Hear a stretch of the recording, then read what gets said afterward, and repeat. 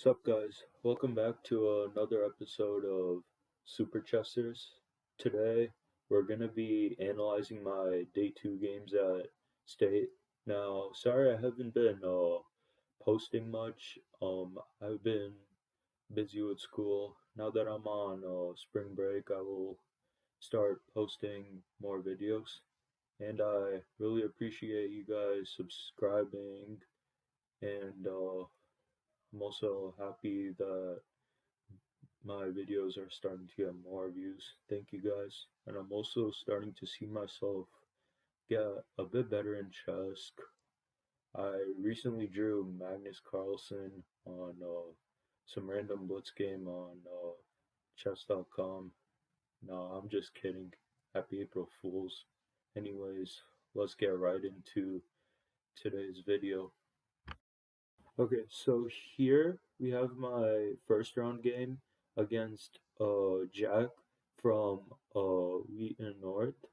So here he starts off the game with uh d4, and um I was hoping he would play that. So now I turn the game by going knight a6, hoping that he would fall for the trick once again, just like my first round opponent from Kerry Seagrove. So he does, I think, well, that's what I was hoping while he played e4. Now I'm stuck there thinking, oh, is he gonna take my knight? And my queen would be so active on the a6 square. Okay, so now I go c6, and now he goes bishop takes a6. So now I can immediately once again go queen a5 check, say queen a5 check, knight c3, and then I can go queen takes a6. And that's exactly what I did. So now here you can see that he cannot castle on the king side, and I have the bishop pair, even though he has some center space advantage. Okay, and now he goes knight f3, um, and here we just made some developing moves. So I go d6, goes bishop f4, I go g6, and now he goes e5. And now during the game, I was stuck there thinking that when he played e5, it was a weakness, um, because he was overextending. So this might be a weakness for him in the endgame. So now, and also, I think I can see why he wants to go e5. He doesn't want my knight to go to f6 over here. So I can see why. So that's what I was thinking. But then I thought it wasn't that deep for my knight, because I can always play something like h5 and develop my knight on the h6 square. Okay. Anyways, so now here, um, I decide to push my pawn on d5. Now, the engine was saying that I had to take the pawn. Now, I thought that taking the pawn was a bad move because then this, so for example, let's say I take and then he takes back with the pawn. I thought that that pawn over there would be like super strong because it's being like defended by the knight and the bishop. So I thought that this would be bad for me in the endgame. And I also decided to go d5 because it was similar to the Caro-Kann structure, advanced variation. So that's why I just decided to go d5. So now he goes, okay, so anyways, now he goes h3, which is a good move, which is stopping my idea of going bishop g4. So I can see that. So now I decide to go h5 just so I can bring my knight to h6 soon. Okay, and now he goes queen d2. Now I feel like that was such a good idea because he's trying to castle queenside, and also he might also be planning on attacking me on the king side. So this position was better for him, and now I was stuck there thinking on how I can fight back and make sure that he didn't have an advantage later, because Engine is saying that he's plus 0.9 right now, which is almost winning. So I just decide to develop my pieces for now. So I go bishop g7.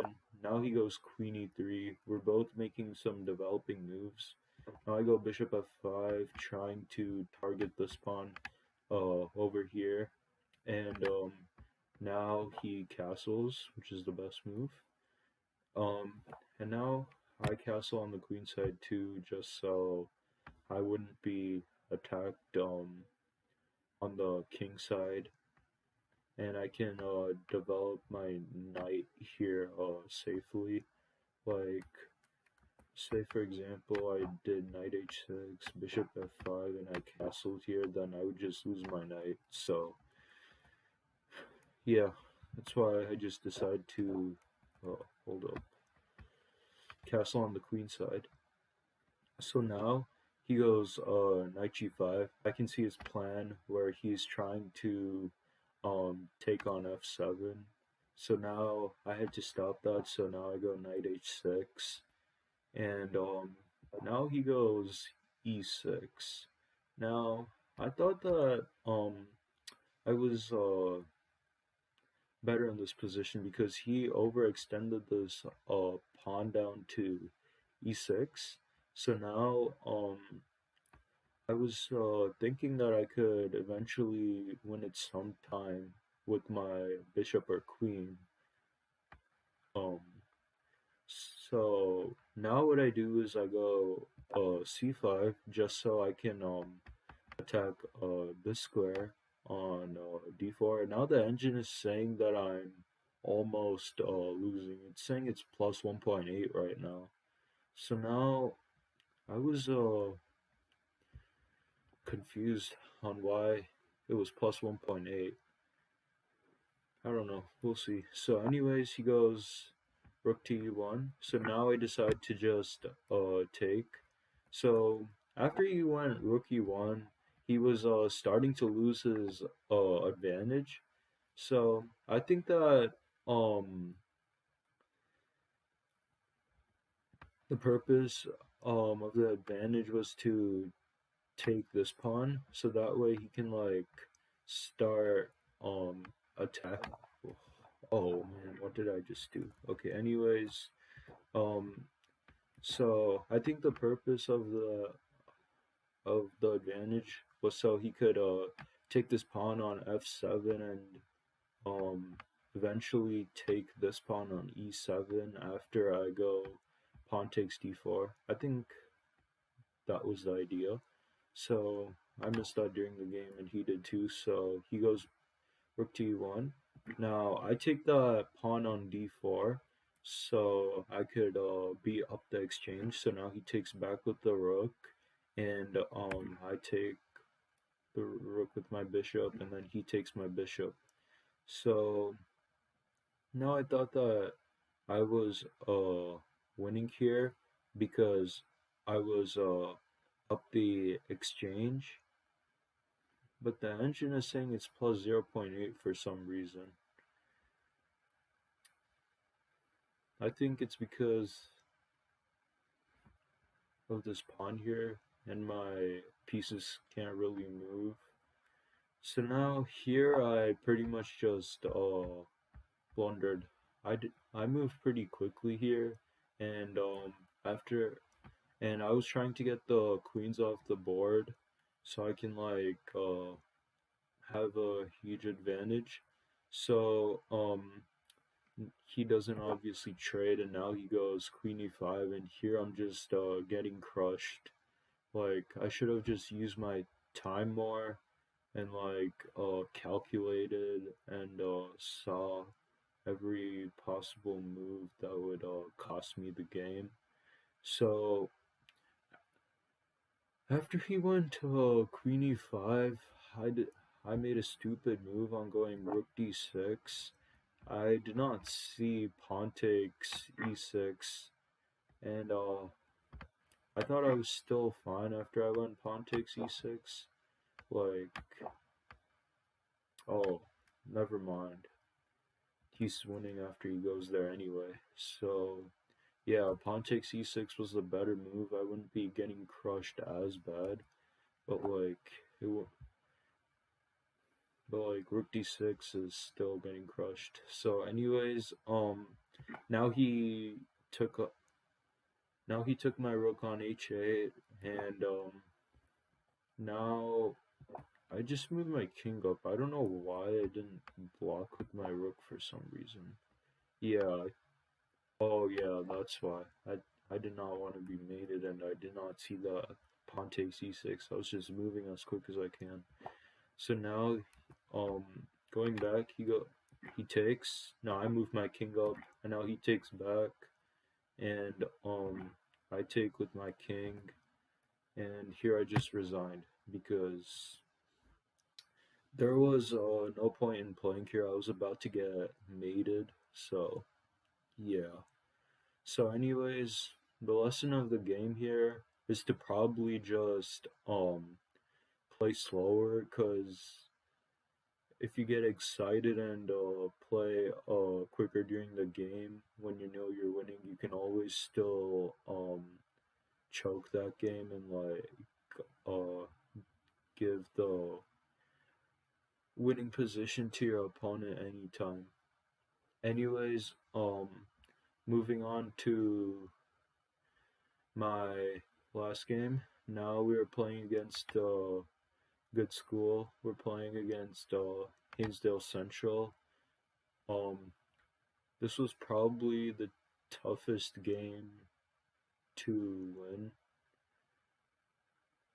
So I'm playing against Akshay from Hinsdale Central. So I first begin the game with Knight of 3 playing my main opening.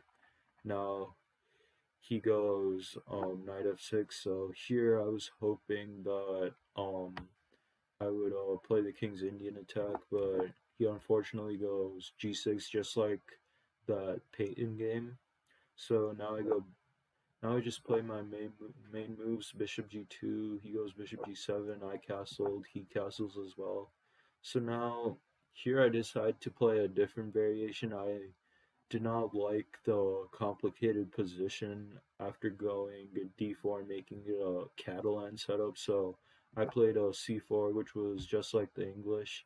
So now he goes c6, now I go b3, he goes d5, and we just develop our pieces, and this is pretty much theory.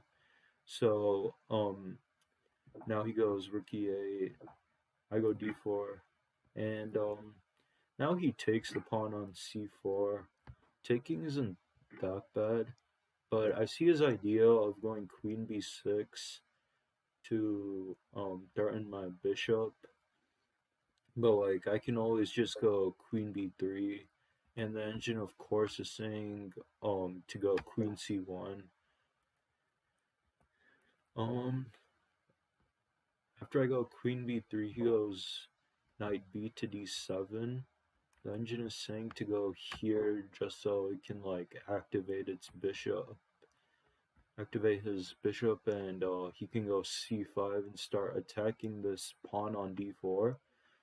So after he goes knight to d7, I go knight c3 to develop my pieces and also connect the rooks over here. Now he goes c5. So I thought going c5 now was a mistake, because after I just go e4, I have control in the center, and he just wasted a move with this pawn basically. So now he goes e6, which is not bad. Now I go rook to e1, just making moves and like hoping he blunders somewhere. So now he goes a6, and I I decide to now I'm stuck there thinking what I should do here. I was thinking about going 95, but like after I went there, I did not want these. Oh, oh, I missed a lot of moves at state. I don't know what I was. Wait, actually, no. After I went 95, um, I was thinking that he would go queen takes, pawn takes, knight takes, pawn takes, and I thought this endgame would be bad for me because I had doubled pawns over here. So that's why I did not go 95, and instead I just decided to move my queen back because uh, I did not want to get the queens traded off and like have to grind an endgame. So I go queen c2. Now he goes queen c7. So now I decide to go e5, starting to break away the center.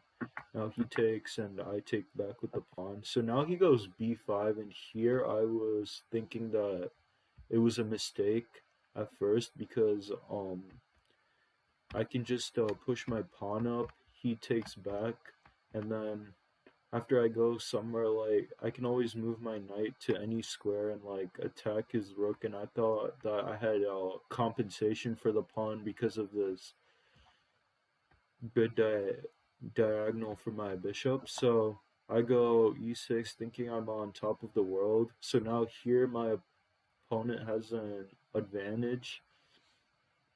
So now he takes back and I go knight g5, and the engine is saying it's minus 1.3 here. So here I thought I was winning, but I can see why it doesn't win because it's only a temporary problem. Temporary. The diagonal is only there temporarily. He can always just move his rook anywhere, and it's not that bad for him.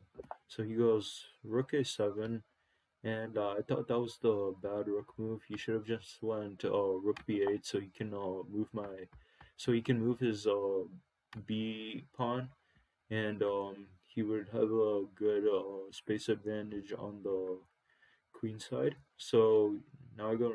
So after rook a7, I attack his queen by going rook d1.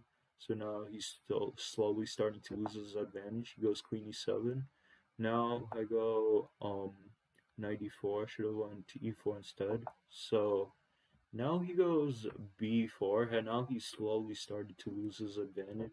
So after I go knight e5, um, he takes. Oh, wow. Even though I took the knight, it's still losing for me, which is shocking. Wait, hold up. So he goes bishop b7.